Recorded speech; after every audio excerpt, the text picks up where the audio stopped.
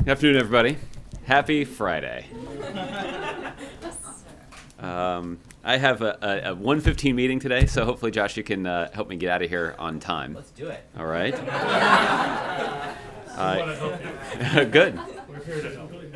In that, I'm sorry that Mark's not here because I can't tell my usual joke about how I know you're eager to get started on your weekend, so we'll go fast.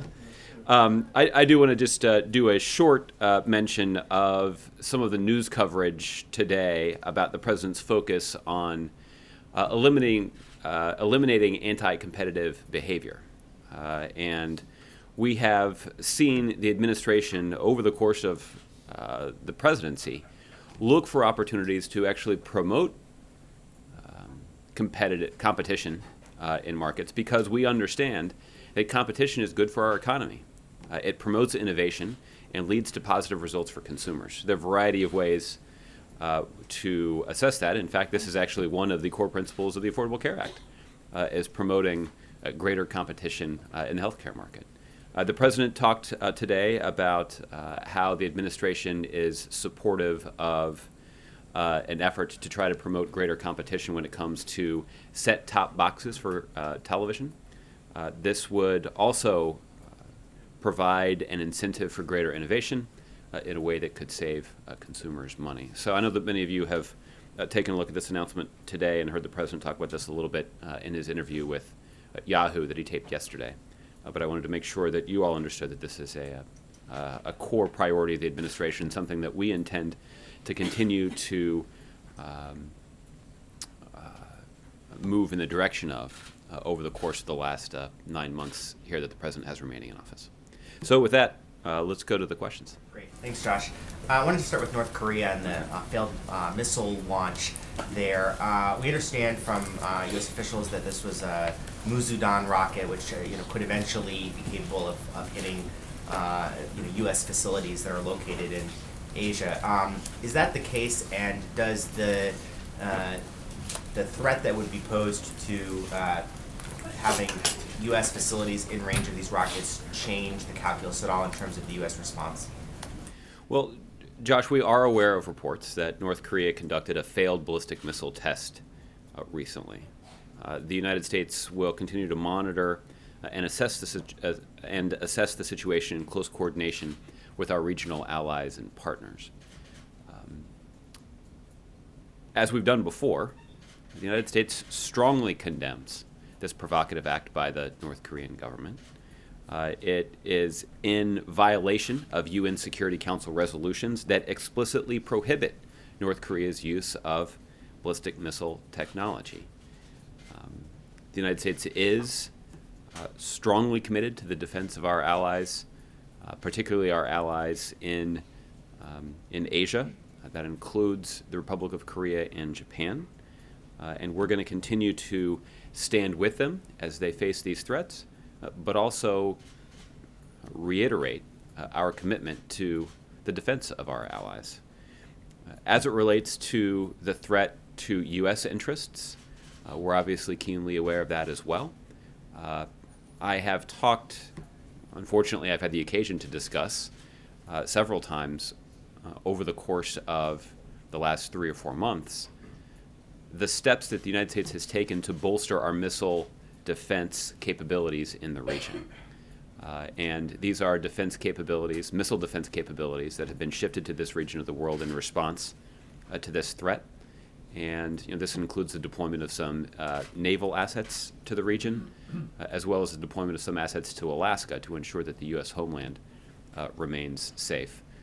The assessment of the President's military commanders is that we do have the capabilities necessary to protect the United States, but we obviously continue to work with the international community to make clear that that North Korea faces the prospect of even further isolation as a result of their provocative acts. The head of Iran's central bank is in town, along with a number of other heads of central banks, and he really went off on the U.S. this morning, saying that you are not living up to your side of the commitment of the nuclear deal, and that if the U.S. doesn't take pretty significant further steps to restore Iranian access to the financial system, that that this nuclear deal will just fall apart. Are you confident that at this point the U.S. is fully meeting its commitments under the JCPOA? To just answer your question bluntly, yes. The United States is fulfilling our commitments to the JCPOA, consistent with the letter and spirit of that agreement. You'll recall that we only agreed to do so once we could verify, the international community could verify, that Iran had followed through on their commitments. They have. That's good news. They reduced their nuclear stockpile by 98%. They took thousands of centrifuges out of operation. They've taken steps to essentially make their heavy water plutonium reactor harmless, or at least incapable of producing a nuclear weapons material.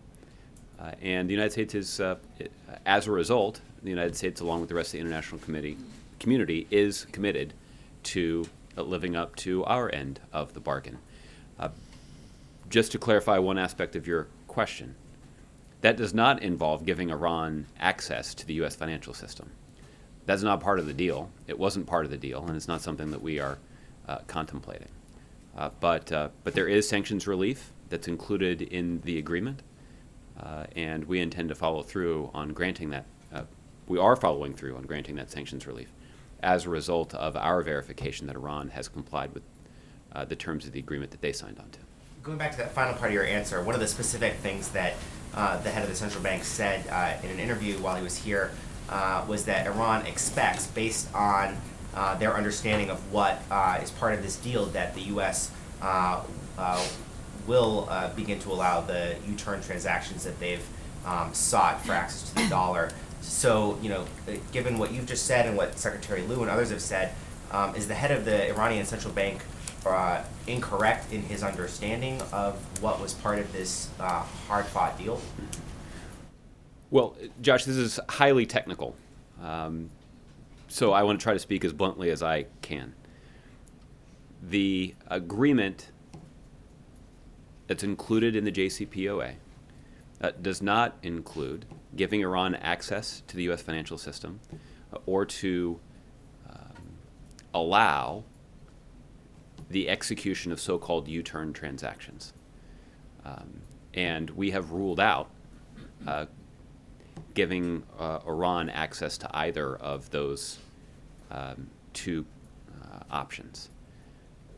But we are committed to ensuring that we fulfill our end of the JCPOA, and that involves following through with giving Iran the kind of sanctions relief to which they're entitled as a result of them following through on the steps that they have taken to roll back significant aspects of their nuclear program and to make clear that they will not acquire a nuclear weapon. And in the Democratic debate last night, Bernie Sanders repeated his hope that if he becomes the nominee, that the president would pull the nomination of Merrick Garland, and he specifically cited his concern that Chief Judge Garland has not shown that he would be committed to overturning the Citizens United decision. Given the amount that we've heard from the president lambasting that decision over the past number of years, how confident is the White House that that Judge Garland, would pursue that kind of an approach? Well, Joshua, what I can tell you is the president has complete confidence that Chief Judge Garland has demonstrated over his long career on the federal bench to fairly interpreting the law. In fact, he understands that the responsibility of a judge is to interpret the law, not advance a political agenda.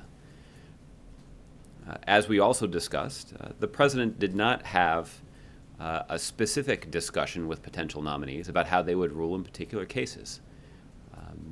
That raises some questions about a conflict because obviously there are some cases where the executive branch, represented by the Solicitor General before the Supreme Court, advocates for a particular position. Rather, what the president has chosen to do is to consider the jurisprudence of individual nominees.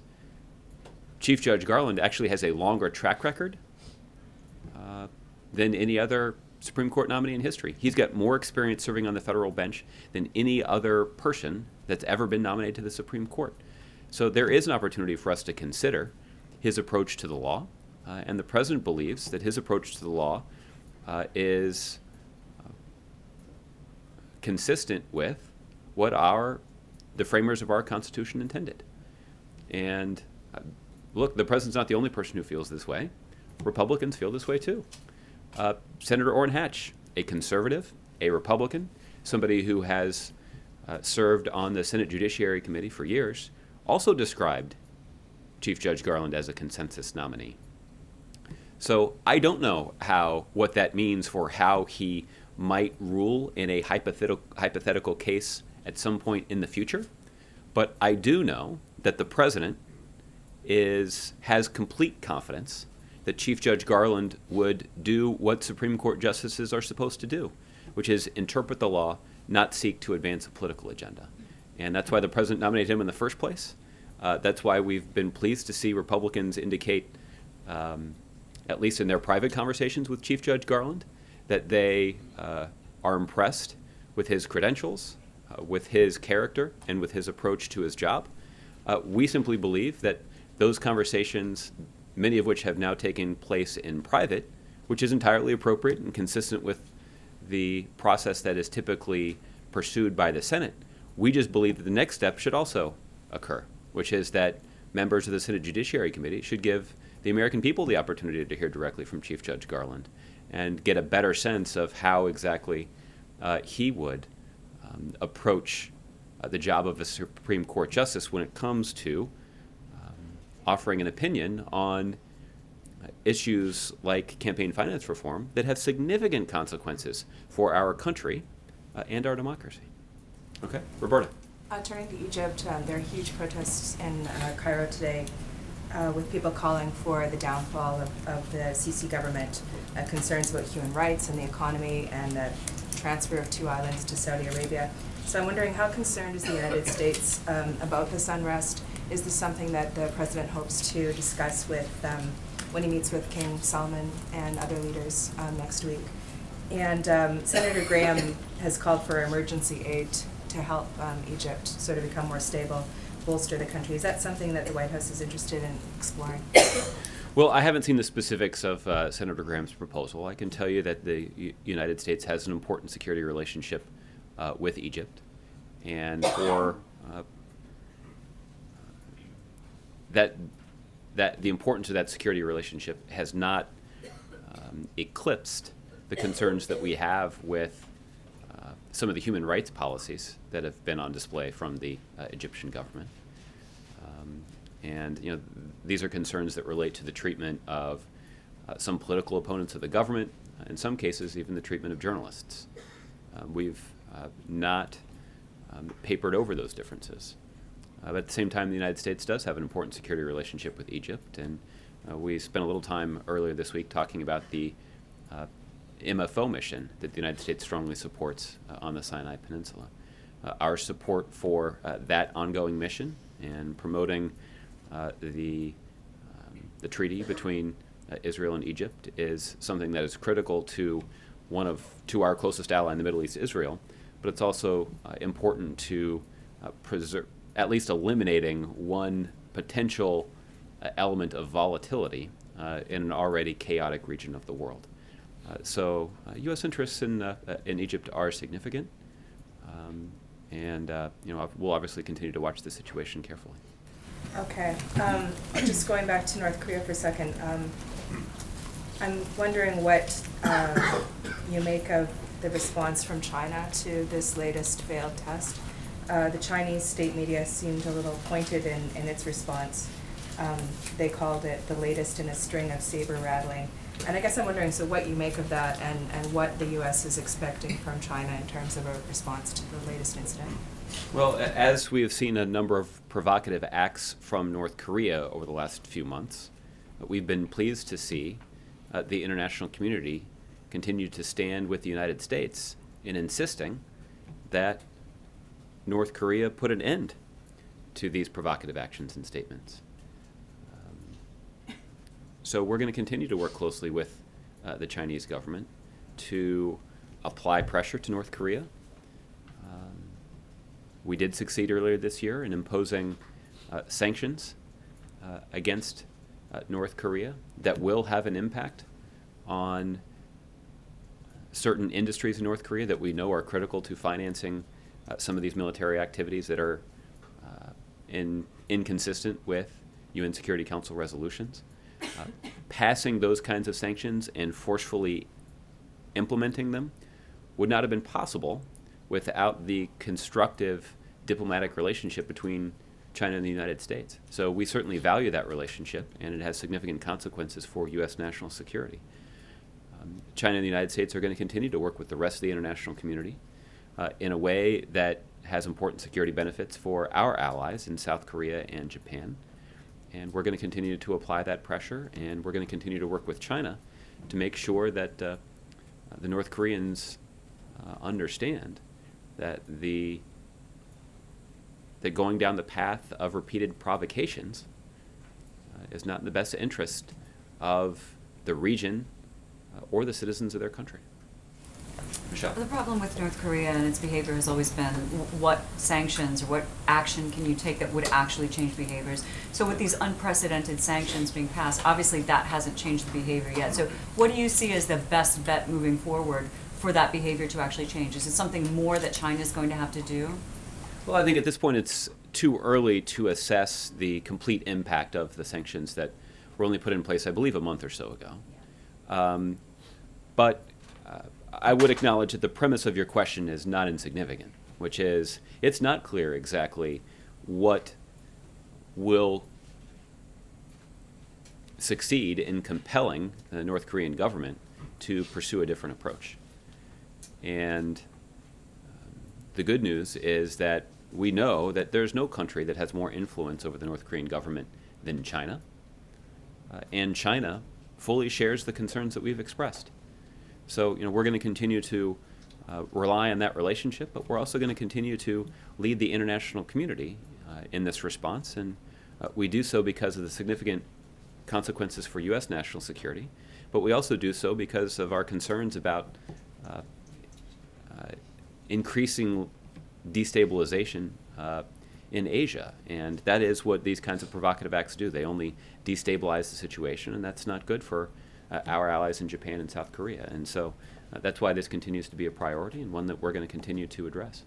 It's pretty surprising yesterday to hear Susan Rice put numbers on ISIS's activity, and she said in the last year and a half there have been about 150 attacks that ISIS has attempted, all of these outside of Syria and Iraq. So that's one every couple of days. Where have most of these been? Can you shed a little more light on those attempted attacks? And also, every day we talk about how the coalition is pounding ISIS, that they're losing territory, they're having trouble gaining more territory. But when you see numbers like this, do you expect that pace of attempted attacks to continue? And that shows that after a year and a half of pounding ISIS, the desire to attack doesn't seem to have diminished at all outside of Iraq and Syria. Well, I don't have specific information to provide in addition to those numbers that you heard from the National Security Advisor. What I can tell you is there are a couple things that we know about ISIL. The first is we know that they have attempted to establish a safe haven in Syria because that is the best way for them to try to plan and export their brand of hatred and extremism around the globe. That's why the president has always made a priority of increasing the pressure against ISIL leaders in Iraq and in Syria. And the most high profile of the attacks that we have seen outside of Iraq and in Syria have been in Western Europe. And there's been extensive reporting about the likely ties between the plotters in Western Europe and the leading ISIL figures in Iraq and in Syria. So that's why it's important for us to continue to ramp up the pressure in Iraq and in Syria. You've heard me talk about this in different contexts. If the leaders of that organization are feeling intense pressure to protect their own safety and security, that's less time and attention that they're devoting to their external activities.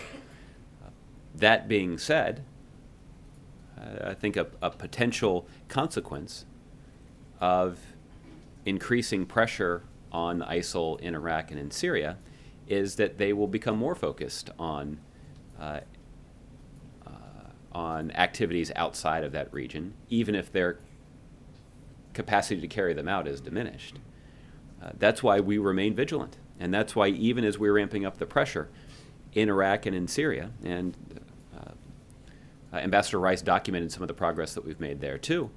That's why, even though we've made important progress, and even though we do expect that will have some impact, positive impact in diminishing their capacity to carry out external attacks, we're going to continue to be vigilant about protecting and countering those external attacks, because as they face more pressure in Iraq and in Syria, they're going to be more desperate to undertake operations in other places. So what you're saying is you expect to see even more of these as the pressure...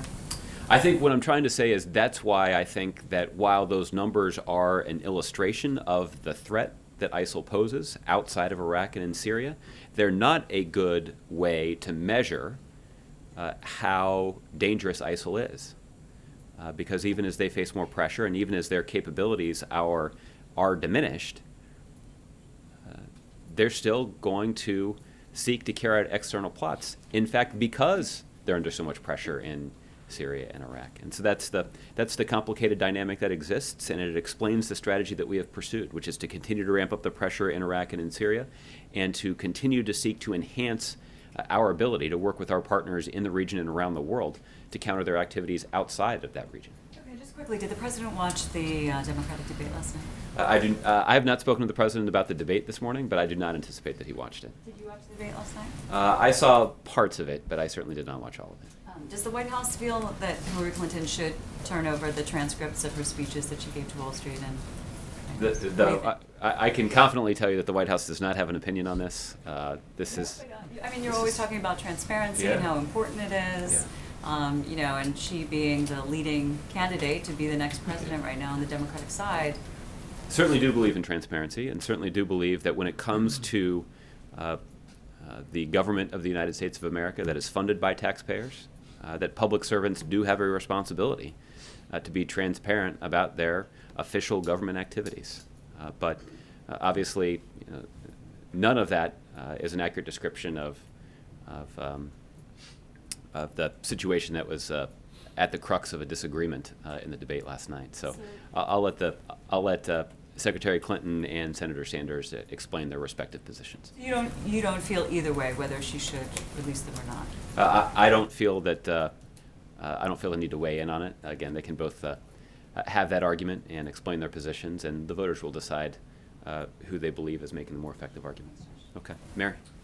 Back on Zika funding. Despite the answers that you've already provided to some of the Republicans' questions, we seem to be at a bit of a standstill here. Chairman Rogers says dangerously so. This simply is not enough. He says he needs more specifics, and until then, they can't take any further action. Will you provide them with any more details? Well, I have indicated from the beginning a desire to engage in a conversation with members of Congress to take the steps that are necessary now to protect the American people from the Zika virus. And this is not a new position for the administration. This is actually a position that we have held since February, when the president initially asked for the additional funding to fight Zika. Since that time, there have been a number of senior administration officials who have gone to Capitol Hill to testify before committees, on camera, under oath, answering questions from members of Congress, including the Appropriations Committee, repeatedly. People like Secretary Burwell.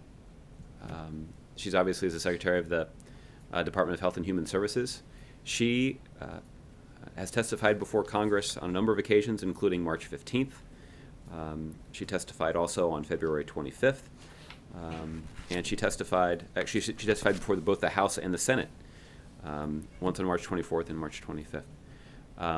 And I can tell you that Tony Fauci, the director of the National Institute of Health, testified before Congress repeatedly to discuss this issue. In fact, there are 48 hearings over the course of this year where the Zika virus has come up. So there has been not just a willingness on the part of the administration to engage in this conversation.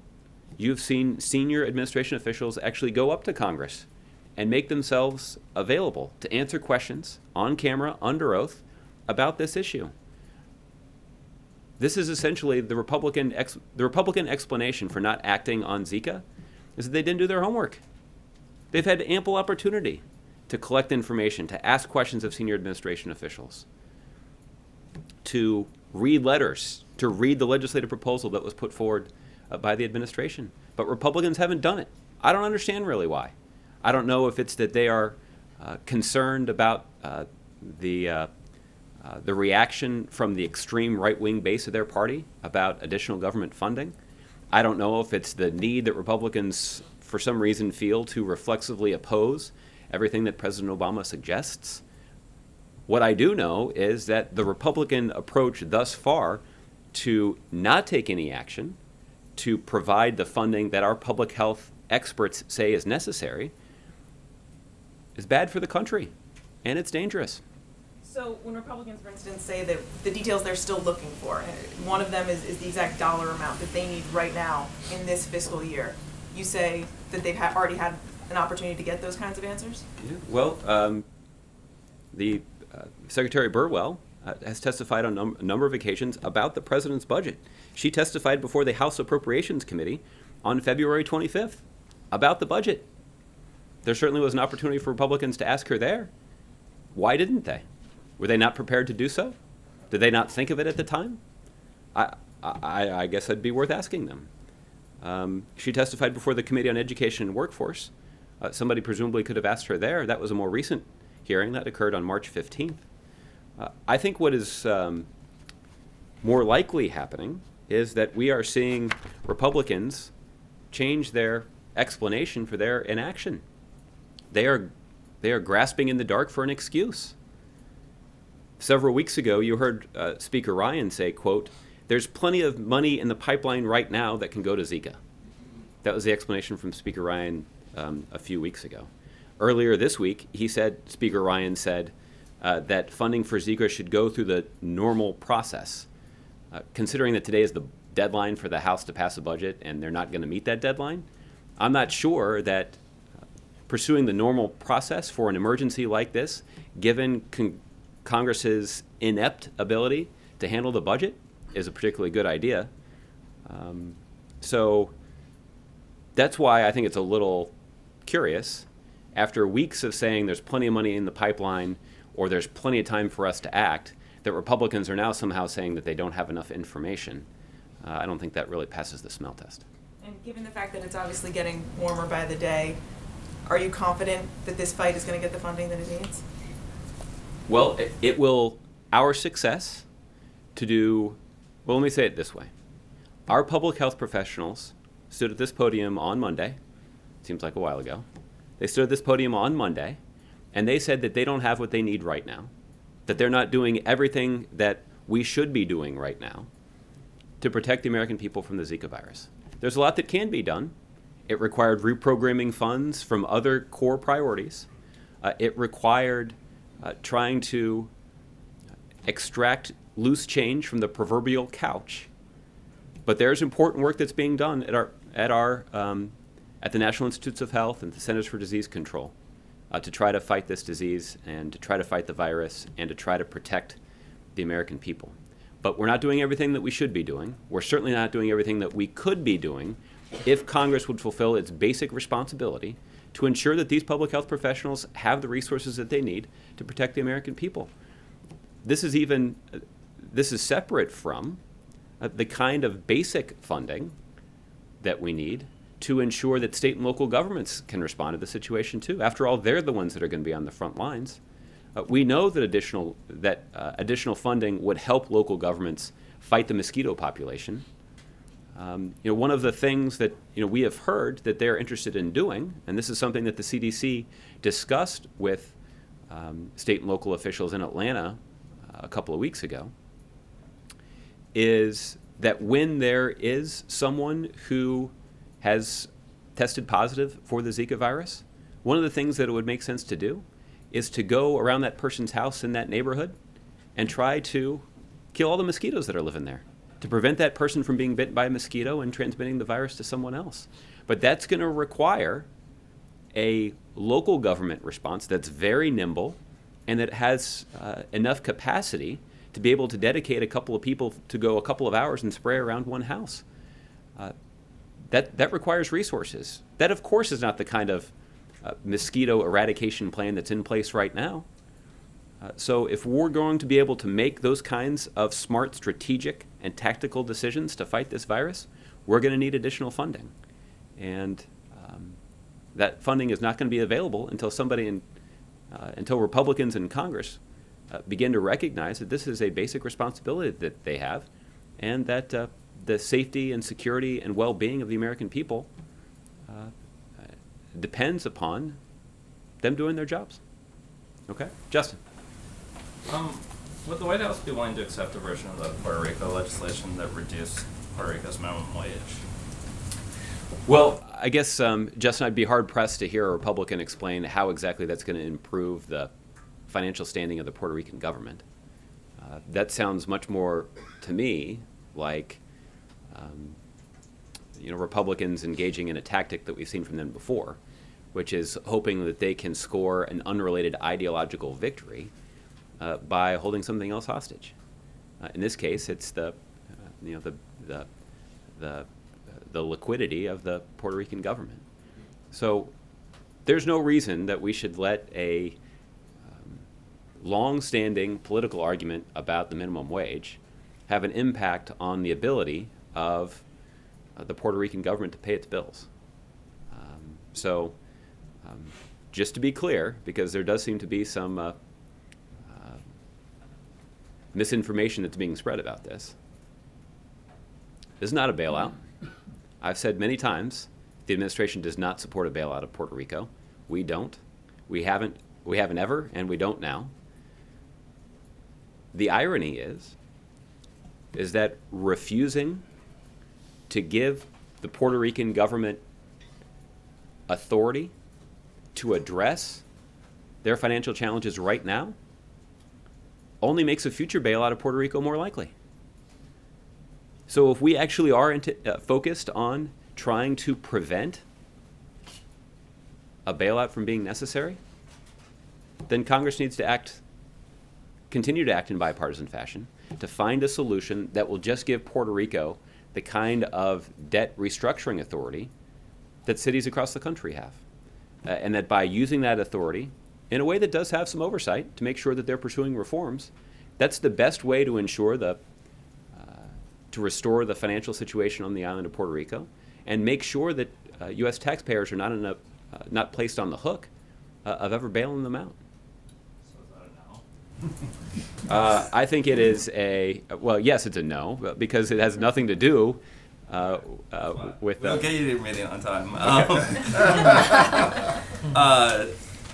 Have you guys been in contact with bondholders on this issue, though? I know you kind of mentioned them as part of the undergraduate political science class earlier this week, and so I'm wondering if, you've obviously been in touch with Congress and the Treasury Department has. Have you been talking to bondholders, or has the Treasury Department been talking to bondholders? I'm not aware of any specific conversations that occurred, but I do know that that when faced with public policy questions, it's not uncommon for the administration to be in touch with stakeholders on a variety of sides. So I wouldn't rule out that a meeting with bondholders has occurred at some point, but I'm not aware of any specific meetings. Leader Pelosi said yesterday that she doesn't think that this legislation, especially after the markup got kind of scrapped or pushed back, has a chance of passing by May 1st, which is May 2nd, I guess, is when the $422 million payment is due. Do you agree with that assessment, that you don't expect this legislation to now pass by the end of the month? And if so, what are the ramifications that you see for Puerto Rico? Well, Leader Pelosi is certainly in a better position to assess the likelihood of the timely passage of this legislation than I am. I haven't heard that assessment, but I don't. Again, I don't have the standing or the knowledge to disagree with her assessment. I think this is why the administration has been focused since last year, you'll recall, in trying to get Congress to act, to avoid a cliffhanger like the one that you're describing. I don't know what consequences this will have for Puerto Rico's ability to make that payment on time. But obviously, it's a good illustration of why we're concerned about this situation. And then the last one was kind of on the debate last night. You've talked a lot about how the tone of the Democratic race and debate has been heightened relative to the Republican one, but last night we saw kind of some real scrapping between the Democratic candidates. I'm wondering if that led into a territory where it raised any concern within the White House, or if there were any plans to maybe ask the candidates to cool things down to sort of maintain that perceived difference. I'm not aware of any plan to begin to communicate with the candidates about the strategy that they've chosen to pursue.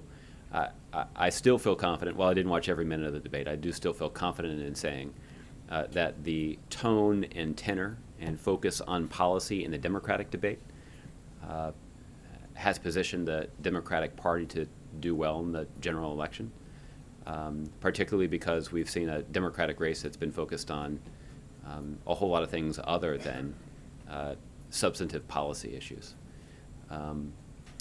So I'm not aware of any conversations like that are contemplated. I do continue to believe, and I know the President continues to believe, that a robust debate in the Democratic primary is not necessarily a bad thing. It certainly is a way for Democratic voters across the country to become more engaged in the debate, and that will pay dividends in the general election. It certainly did in 2008 when we had a primary that lasted longer than expected. And there certainly is a potential that would happen again in 2016. Okay. Ron. On the Clinton speeches issue, you won't take a position about whether she should disclose these transcripts. Is there concern at the White House that this issue could hurt her in a general election? The charge essentially is hypocrisy of her making these speeches, being paid a lot of money, yet at the same time claiming that she is an agent of change and that she is against some of the practices on Wall Street, so on and so forth. I think the short answer to your question is no, but obviously it's possible that this is an issue that could come up for some discussion in the general election. But again, right now there's a Democratic primary that's going on, and it's not clear exactly who the party's nominee is going to be. Obviously, Secretary Clinton, based on her success in amassing delegates, has the lead. But this process has not yet been resolved. And just in terms of the administration's position on former employees, if you will, leaving and going out and making money, is there anything about what the Secretary has done that concerns the administration on this issue? I'm not aware of any concerns that have been raised. I know that there were a set of policies that were put in place on the President's first or second day in office that did limit the activities of former administration officials. That mostly related to former administration officials who might be interested in coming back and lobbying their former colleagues. We can certainly get you some more details around that because the kinds of restrictions to close that revolving door that President Obama put in place were the toughest in history. But I don't think that those regulations would apply to the situation that Secretary Clinton faced. Something else in the news, there's a lot of attention focused on a case in Atlanta involving a little boy who's being paddled by at an elementary school outside of Atlanta. You familiar with that?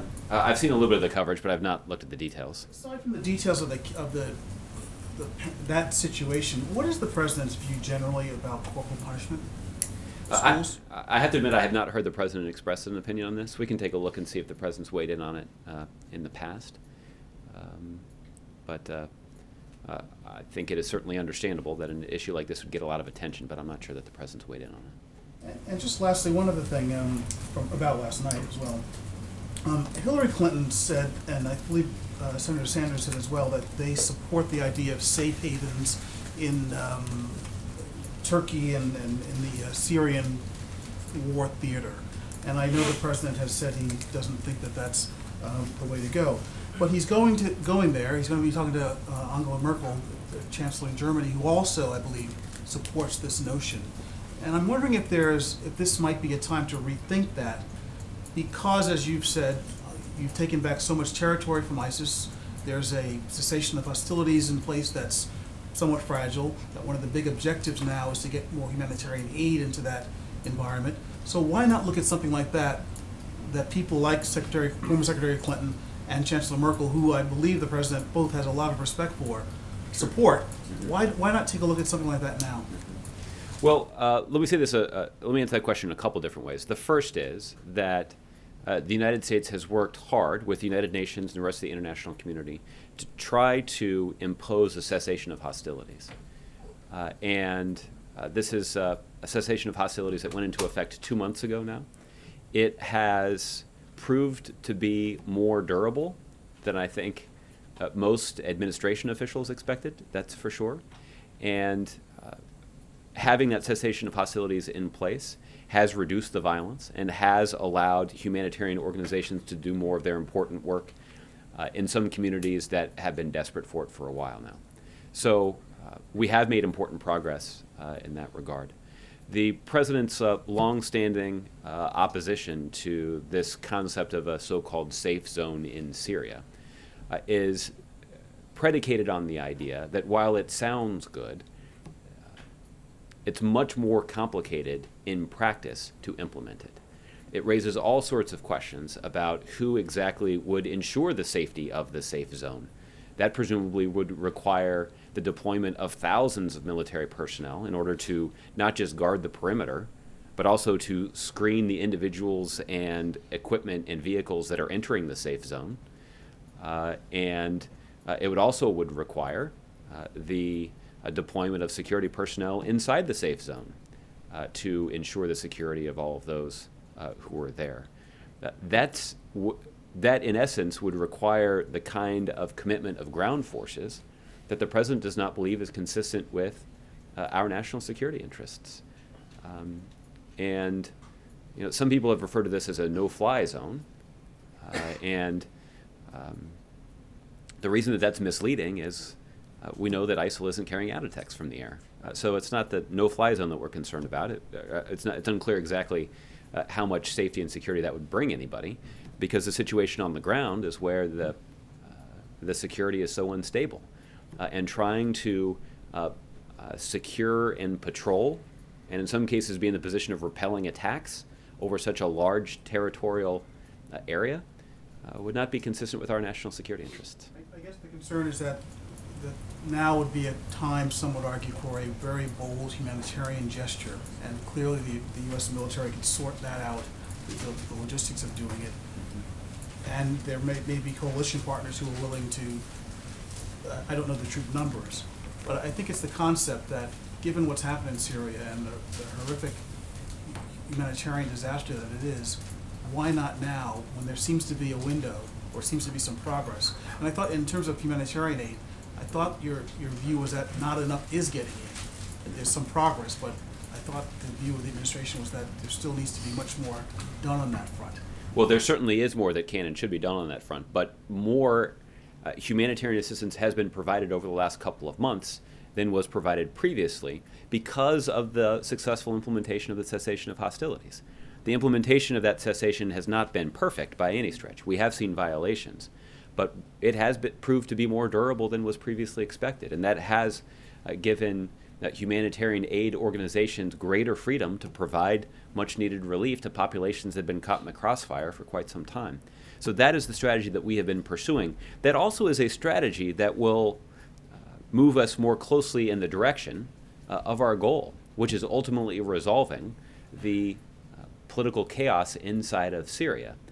By reaching a cessation of hostilities, we can not just provide some humanitarian relief, but we can also give political opponents of the regime confidence that they can begin to engage in the proximity talks hosted by the United Nations to bring about a political solution inside of Syria. And that is ultimately going to solve our problem. The creation of a safe zone doesn't move us in the direction of any of that. And in fact, actually could move us in a direction of starting to partition Syria. And the United States and others who have been focused on the situation in Syria have made it a goal to try to preserve the current shape of that nation, even as they endure so much turmoil right now. Okay, Kevin. Thanks, Josh. The president said about this set-top box issue that he wanted it to lend greater lift to the push to get more federal agencies to explore areas of possible competition. 60 days seems like a pretty tight window. Has he issued a similar challenge to other federal agencies previously? Off the top of my head, I can't think of one that had a specific 60-day time frame, but we can take a look at that for you. And obviously, the goal here is that in some cases,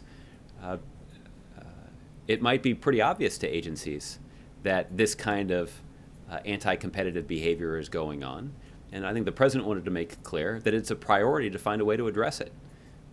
And the consequences for doing so are significant. By trying to promote greater competition in the market, we can do things that have obvious benefits for consumers when it comes to set-top boxes.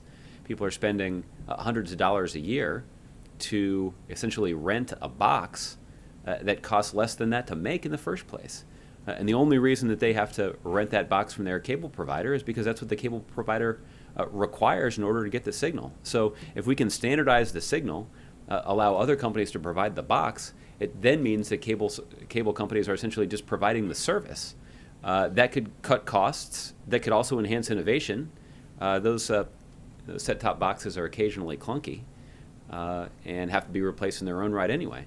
So it probably is an area of technology where innovation would be good for consumers, to say nothing of the broader impact it could have on the economy if you can give other companies the opportunity to develop products that would allow them to compete with the big cable providers. Well, then what would you say to the industry critics who suggest it could actually drive up costs in the short run on consumers? What's wrong with their thought on that? Are they being disingenuous when they make that suggestion? Well, I haven't heard the justification for that claim, but again, right now it already is prohibitively expensive for many consumers based on the way that it's currently structured. Again, over the course of the year, you can often pay more to rent that box than it actually costs to build that box in the first place.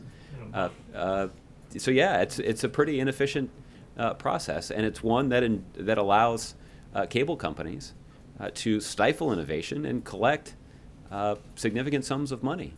This is a place where innovation and competition can be good for the broader economy and good for individual consumers. It certainly is a way for us to be more fair when it comes to cable customers who are looking for a good deal. But what about the concern that this is another example of more government reach in an area where it shouldn't reach in? I think this is an example of the government saying, we're not going to let you have a specific benefit anymore. Now, this is an independent decision that's made by the FCC, so they'll ultimately have to decide. But ultimately, I think this is about... Will the FTC also be involved in that too? My understanding is this is an FCC decision and not an FTC one. But the FTC obviously does have a regulatory role that in some cases does have to deal with combating anti-competitive behavior in a way that's good for innovation and good for consumers. But in this case, it's the FCC that's involved. But look, the question here is whether or not we're going to do more to empower customers and give them a choice. And when given a choice, there is obvious potential that they could save money and get better service. So this, I think, on the scale of policy questions to be made by the government, this one seems like a rather easy one. Okay, Gregory. Yeah, following up on that, on Wednesday, the National Association of Broadcasters filed a petition with the FCC asking for permission to broadcast next generation TV signals that would allow them to do things like interactive things, mobile TV, 4K video. Would you imagine the White House would weigh in on that proposal as well? And if not, what's the difference between the one disruptive technology that you do support and the other disruptive technology that you don't? Mm-hmm. Well, I haven't seen their specific proposal. I don't know at this point whether or not we'd weigh in on it. Obviously, it's something that will be carefully considered by the FCC. But at this point, I'm not aware of a plan to weigh in on that specific proposal. Michael Powell, the former chairman of the Federal Communications Commission, said that this decision was political on the part of the White House. And he points out that the companies that would benefit the most from this set-top box rule are companies like Google, Amazon, Netflix. Those are all companies that have participated in these private sector commitments on various initiatives the White House has through the President's pen and phone strategy. Care to comment on whether this is a political favor to those companies? I think the thing that I would simply observe, and this is something that Mr. Powell obviously knows, the people who stand to benefit the most are consumers. Millions of them across the country who right now are being charged an unfair price for their cable service. That is what's driving the president. That's what's driving the decision of the administration and the president to state an opinion on this. But of course, this decision will be made by the FCC, and they will do so without weighing what other policy areas the potentially affected companies have been involved in. And then Kevin asked about the 60-day deadline for the executive order today. In January, the president issued a presidential memorandum on smart gun technology that had a 90-day deadline for departments to get back to the White House on what they could do on smart gun technology. It's been 2 weeks since that deadline. Has the president received that report, and why hasn't it been released? I haven't been briefed on that particular executive order. We can certainly look into it. I would be surprised, given the priority that the administration has placed on that executive order, if any agencies were late. But we'll take a look, and if there's information we can provide to you on it, we will. Okay, Bill. There is a report said to be from reliable sources that next week Secretary Lew plans to announce that he will leave Hamilton on the $10 bill and put some women on the back and leave Jackson on the 20. You heard? Well, I know that there's been substantial reporting around this. I don't have any secrets to reveal from here. What I can tell you is that Does this sound reasonable? well, I guess the reasonableness of a proposal like the one you described is probably in the eye of the beholder.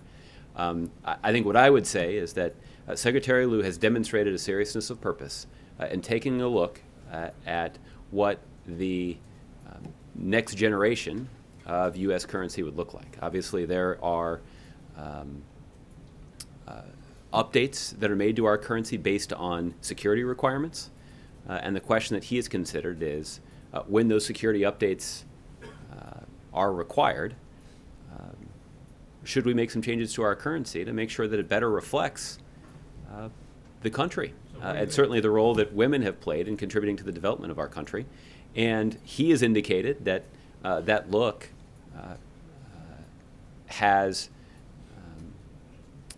will result in changes being made not just to the 10, but to the 5 and the 20.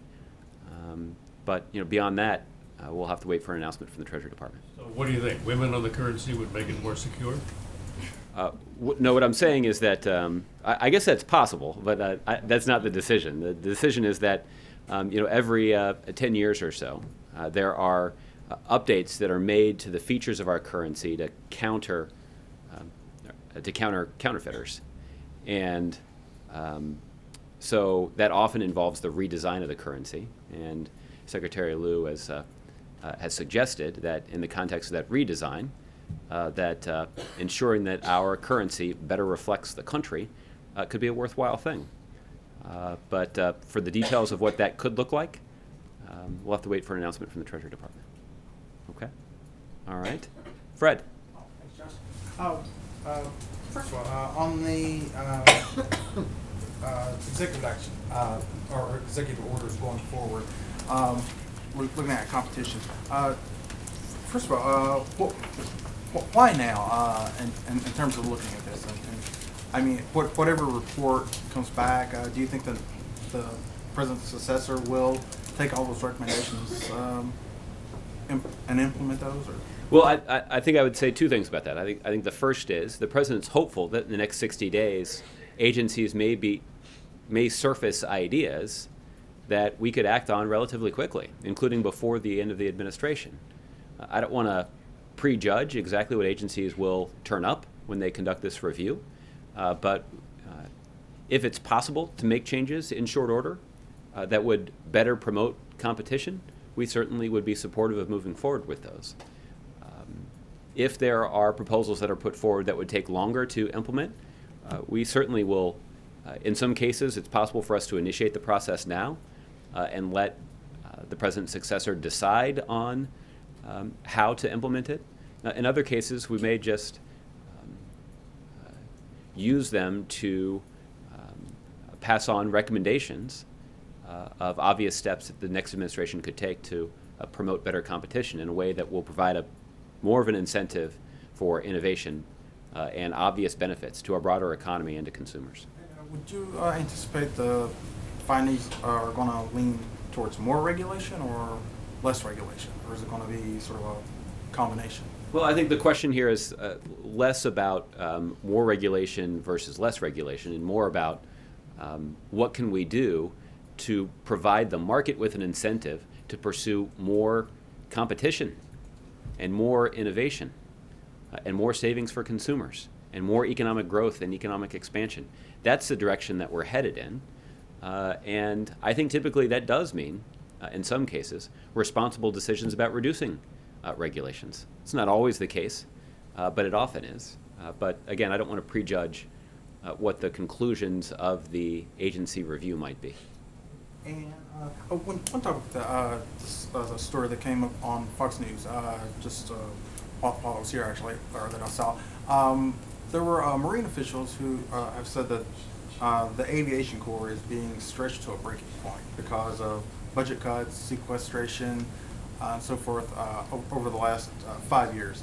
Is this a concern in terms of having enough planes that are ready to prepare to go to battle? Well, I can't speak. I can't provide an update for you in terms of the current condition of the air wing of the Marine Corps. I can tell you in general that we've been quite concerned about the approach that Congress has taken to funding our defense priorities. There has been a willingness on the part of Republicans to champion the sequester that has had a negative impact on our ability to fund core defense programs. We have been concerned that too many Republicans have been tempted to use something like OCO funding to try to make up for those differences when you're talking about ensuring the long-term strength of the aircraft that are used by the United States Marines. That requires a sustained investment and can't be funded on a 6-month or 12-month basis. And that's why OCO funding is not an acceptable replacement for draconian, unwise, sequester-motivated spending cuts that Republicans have, in some cases, championed. So the other thing that we have often been concerned about is there are legitimate places where defense spending can be cut from programs that the military has concluded that they don't need or are not particularly effective, and using those resources to increase our investment in those areas that we know are particularly effective is smart budgeting. Those are the kinds of budgetary decisions that middle-class families make around the kitchen table every day, or at least every month. And it's unfortunate that too many Republicans have blocked those kinds of common sense defense spending reforms that would have obvious benefits for the readiness of our military. And last question. Yesterday you talked about the being undefeated in the WTO against China. I know you love Trump questions, but so bringing that up, I mean, his constant campaign meme has been U.S. always loses to China, China always wins. Do you think that blunts his point or absolutely refutes his point? Well, I'll let you guys try to figure out exactly what his point is. It's not always immediately obvious. I think what is true is that this administration's record of fighting for American businesses and American workers at the WTO is incredibly strong. And that's not just true when you take a look at the number of cases that the United States has brought against China at the WTO. It's true when looking at the results of those cases. All of the cases that have been decided are cases that were decided in favor of the United States. And it is an indication that the United States can be effective and is effective in defending American businesses. That's why the president's made a strong case that what we should do is actually look for additional markets where we can level the playing field, where we can fight unfair competition, where we can force other countries to raise their labor standards, to raise their environmental standards, and to raise their human rights standards, and give more American companies more access to their markets. In some cases, we're talking about countries that have dynamic economies. They're growing quickly, and they would benefit from American products, and they have a large number of customers who are hungry for American products. Why wouldn't we look for opportunities to provide that access to American businesses in a way that we know will be good for workers and good for our economy, particularly if we have demonstrated an ability to protect those American businesses and those American companies from the unfair practices that are used by other countries. So this is a lot about common sense, and the facts of this case and the facts of this policy debate are often rather inconvenient to the most vociferous critics of this policy. And I'm not just referring to presidential candidates, I'm also referring to individual members of Congress in both parties. Thanks, Josh. Okay? Victoria, I'll give you the last one, then we'll do the week ahead. I understand that your position is that the Republicans are posturing over the details that they want with regard to Zika funding. Uh-huh. But why don't you just call their bluff and provide the details? Obviously, the officials at the CDC and everywhere else know exactly what it is that they need. Why don't they just go ahead and provide those details? I guess, Victoria, the case that I'm making to you is that we have. We provided... Well, I'll give it to you. Do you want to pass it off to him? I mean, it's right here, dated February 22nd. Legislative language, specific text. There have also been a number of hearings, 48 of them in which the Zika virus has come up. These are hearings including testimony before the House Appropriations Committee. This includes testimony by Dr. Fauci, includes testimony by the Secretary of Health and Human Services, Sylvia Burwell. So there's ample information that's been shared. Many of you received a letter from that the director of the OMB, Sean Donovan, sent up to Congress a couple of weeks ago. There's extensive information that's been provided.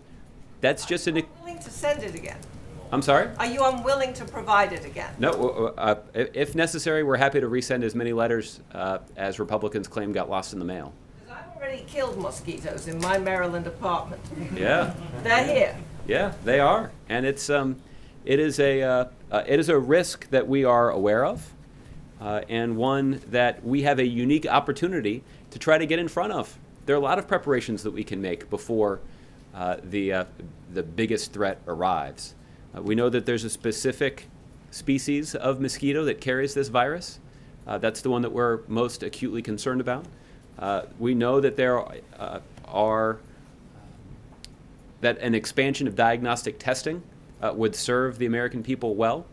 Right now, it's that testing has to be limited because our capacity is rather limited. To say nothing of how we could turbocharge the development of a vaccine that, while it probably couldn't be ready to protect people this year, certainly could be in place to start protecting people next year. Those are the kinds of basic actions that we'd like to undertake, but yet we cannot do as much as we possibly can in pursuit of those goals until Congress actually provides the necessary funding. Okay? Quick question. This regards to your week ahead. I don't think you may get to this in your week ahead. On Monday, a major case is coming before the U.S. Supreme Court. It's U.S. v. Texas. What confidence do you have that the administration will prevail at the Supreme Court level when you haven't prevailed at both the district court level and the appellate court level? Yeah. Well, I'm not going to be in a position to predict outcomes, but I do feel confident in saying that we've got a lot of confidence in the strength of our argument that we'll make before the Supreme Court. It is quite clear that the executive authority that President Obama exercised is entirely consistent with the executive authority that Presidents Reagan and Presidents George H.W. Bush exercised in carrying out and enforcing our immigration policy. It also happens to make common sense. We've got limited enforcement resources. We should target those resources at the most dangerous people. And that is exactly what our policy recommends. And there are significant economic and fiscal benefits to pursuing this policy. We're hopeful that the power of these arguments will prevail, but we'll see. Does it make it more difficult with just 8 justices on the U.S. Supreme Court hearing that case? Well, I think it does mean that the Supreme Court is not going to function in the way that with the full complement of justices. It's President Reagan who talked about how that was a bad idea. We certainly agree with that sentiment. I'm going to do the week ahead, and I'll let you go, and I'll get back to my meeting here. On Monday, the President will be here at the White House. I do not anticipate that he'll have much of a public schedule that day. On Tuesday afternoon, the President will depart Washington, D.C., en route Ramstein, Germany, where he will refuel on his way to Riyadh, Saudi Arabia. On Wednesday, the President will arrive in Riyadh. In the afternoon, the President will meet with King Salman of Saudi Arabia. The President will spend the night in Riyadh. On Thursday, the President will meet with leaders and delegations from the Gulf Cooperation Council countries. For those of you scoring along at home, that's Bahrain, Kuwait, Oman, Qatar, Saudi Arabia, and the United Arab Emirates. In the afternoon, the President will depart Riyadh and travel to London, where he will remain overnight. On Friday, the President, I know, is eagerly looking forward to having lunch with Her Majesty Queen Elizabeth II of the United Kingdom at Windsor Castle. Next week is obviously the Queen's 90th birthday, and so the President was looking forward to the opportunity to wish her a happy birthday then. In the afternoon, the President will have a bilateral meeting with Prime Minister David Cameron of the United Kingdom. Afterward, the President and Prime Minister will participate in a news conference. The President will spend Friday night in London. On Saturday, the President will participate in a town hall discussion with British youth at the Royal Horticultural Halls. That should be an interesting venue. The President will spend Saturday night in London as well. On Sunday, the President will depart London and head to Hanover, Germany. In Hanover, the President will have a bilateral meeting with Chancellor Merkel. Afterward, the President and Chancellor Merkel will host a news conference. On Sunday evening, the President will deliver remarks at the Hanover Messe Trade Fair opening ceremony. Later in the evening, the President will host a dinner with Chancellor Merkel and business leaders from both the United States and Germany who are attending the Hanover Messe. The President will spend Sunday night in Hanover. The President does have a schedule in Germany on Monday, but will depart Germany on Monday afternoon and head back to the United States, arriving here Monday evening East Coast time. Okay? All right. With that, I hope you guys all have a good weekend. Enjoy the beautiful spring weather, and we'll see you on Monday. Thank you. Yes. The President will release his taxes this afternoon. Stand by.